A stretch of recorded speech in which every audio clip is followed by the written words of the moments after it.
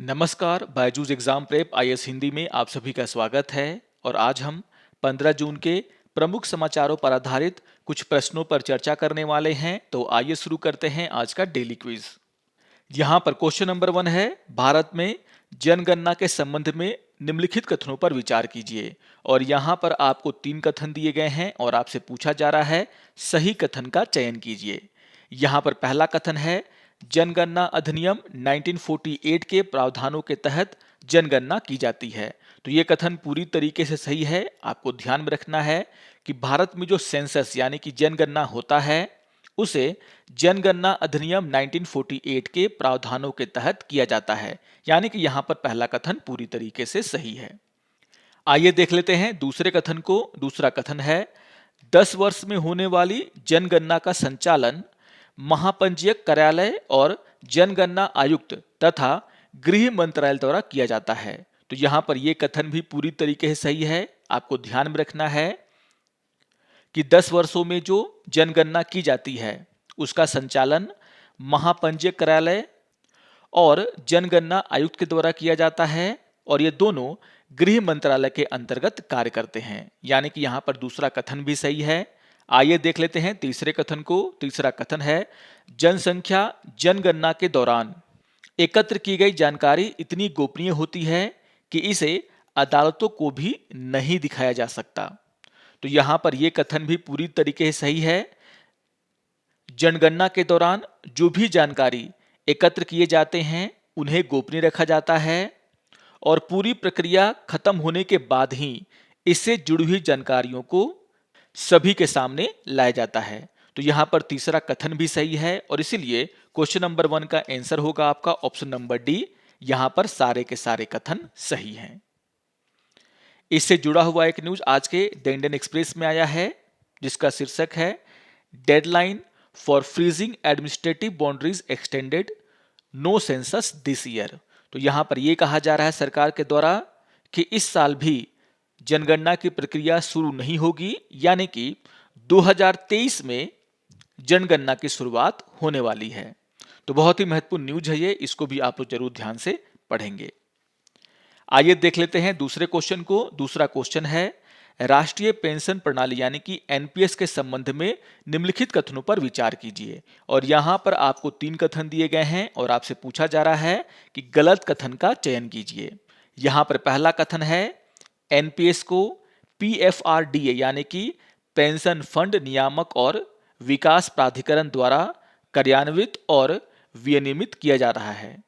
तो यहां पर यह कथन पूरी तरीके से सही है। आपको ध्यान में रखना है कि पीएफआरडीए यानी कि पेंशन फंड नियामक और विकास प्राधिकरण एनपीएस को संचालित करता है, विनियमित करता है, यानी कि यहां पर जो पहला कथन है वह सही है। आइए देख लेते हैं दूसरे कथन को। दूसरा कथन है, ओसीआई यानी कि भारत के प्रवासी नागरिक, पीआईओ कार्ड धारक तथा हिंदू अविभाजित परिवार एनपीएस खाता खोलने के पात्र नहीं हैं। आपको ध्यान में रखना है कि जो ओसीआई हैं यानी कि भारत के प्रवासी नागरिक, उन्हें भी एनपीएस खाता खोलने का अधिकार दिया गया है, वो भी इसके पात्र हैं और इसीलिए यहां पर जो दूसरा कथन है वह गलत हो जाता है।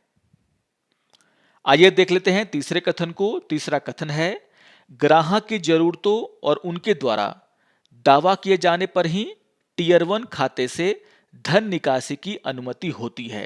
तो आपको ध्यान में रखना है कि एनपीएस के तहत अगर आपने खाता खुलवाया है और अगर आप टीयर 1 में अपना योगदान दे रहे हैं तो यहां पर जो नियम है वो ये कहता है कि एक अभिदाता 10 वर्षों के बाद ही एनपीएस से आंशिक निकासी कर सकता है और उसके द्वारा जो योगदान दिया गया है उसका सिर्फ 25% ही वह निकाल सकता है।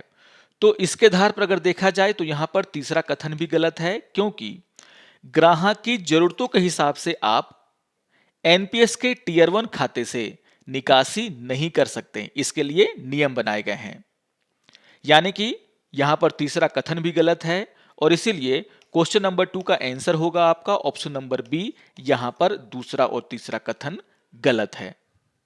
इससे जुड़ा हुआ एक बहुत ही महत्वपूर्ण न्यूज आज के द इंडियन एक्सप्रेस में आया है जिसका शीर्षक है, two states walk out of NPS.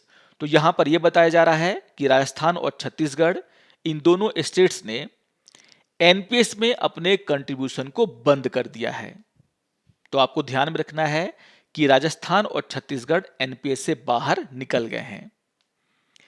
आइए अब क्वेश्चन नंबर 3 पर चर्चा कर लेते हैं। क्वेश्चन नंबर 3 है, न्यू डेवलपमेंट बैंक यानी कि एनडीबी, जिसे पहले ब्रिक्स डेवलपमेंट बैंक के रूप में जाना जाता था, ब्रिक्स देशों यानी कि ब्राजील, रूस, भारत, चीन और दक्षिण अफ्रीका द्वारा स्थापित विकास बैंक के 5 संस्थापक देशों के अलावा 4 और सदस्य देश हैं और उनके नाम हैं, और यहां पर आपको 4 ऑप्शन दिए गए हैं। तो यहां पर यह पूछा जा रहा है कि न्यू डेवलपमेंट बैंक में ब्रिक्स देशों के अलावा कौन से और देश इसमें शामिल हुए हैं। तो आपको ध्यान में रखना है कि 2021 में 4 देश, उनके नाम हैं बांग्लादेश, मिस्र, संयुक्त अरब अमीरात और उरुग्वे, उन्होंने जो है न्यू डेवलपमेंट बैंक को ज्वाइन किया है और ये इसके नए मेंबर हैं। और इसके आधार पर अगर देखा जाए तो यहां पर क्वेश्चन नंबर 3 का आंसर होगा आपका ऑप्शन नंबर ए, यानी कि बांग्लादेश, मिस्र, संयुक्त अरब अमीरात और उरुग्वे। तो याद रखिएगा क्वेश्चन नंबर 3 का आंसर है आपका ऑप्शन नंबर ए। तो बहुत ही महत्वपूर्ण क्वेश्चन था ये, इसको आप लोग जरूर रिवाइज करेंगे। इससे जुड़ा हुआ एक न्यूज आज के द हिंदू समाचार पत्र में आया है, जहां पर न्यू डेवलपमेंट बैंक को लेकर के चर्चाएं की गई हैं। आइए अब क्वेश्चन नंबर 4 पर चर्चा कर लेते हैं। क्वेश्चन नंबर 4 है, आवधिक श्रम बल सर्वेक्षण यानी कि पीएलएफएस के संबंध में निम्नलिखित कथनों पर विचार कीजिए। और यहां पर आपको 3 कथन दिए गए हैं और आपसे पूछा जा रहा है सही कथन का चयन कीजिए।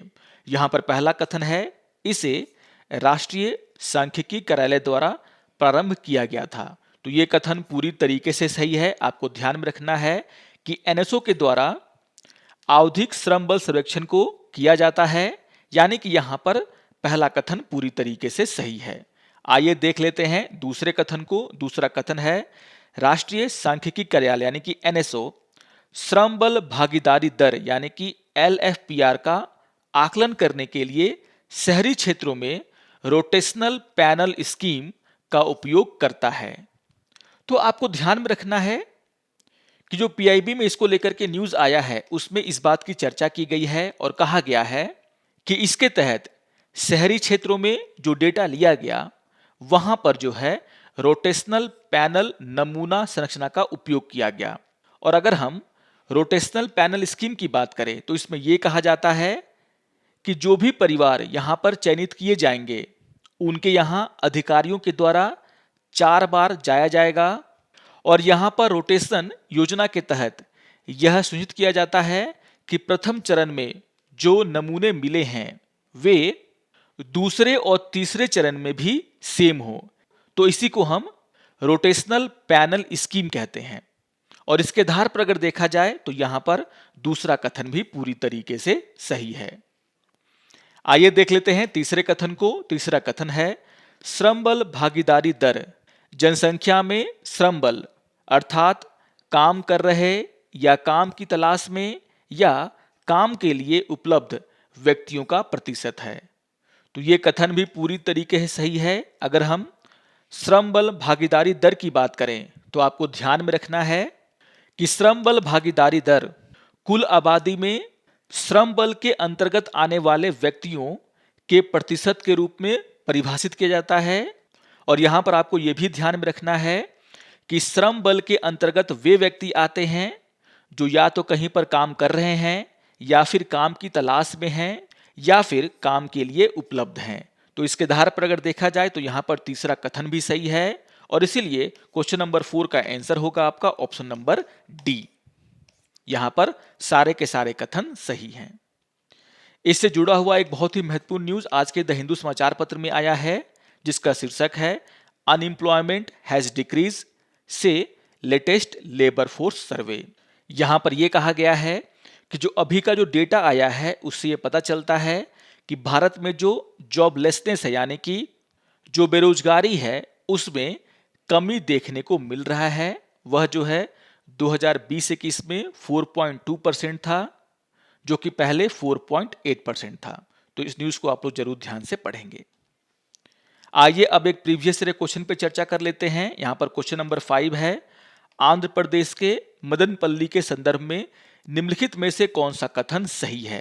तो यहां पर आपको ध्यान में रखना है, क्वेश्चन नंबर 5 का आंसर होगा आपका ऑप्शन नंबर सी, जिसमें कहा गया है कि रविन्द्रनाथ टैगोर ने यहां पर राष्ट्रगान का बांग्ला भाषा से अंग्रेजी में अनुवाद किया था। तो याद रखिएगा, क्वेश्चन नंबर 5 का आंसर होगा आपका ऑप्शन नंबर सी। आइए अब आज के तथ्य के ऊपर चर्चा कर लेते हैं, और आज का तथ्य है बुद्ध के पवित्र अवशेष।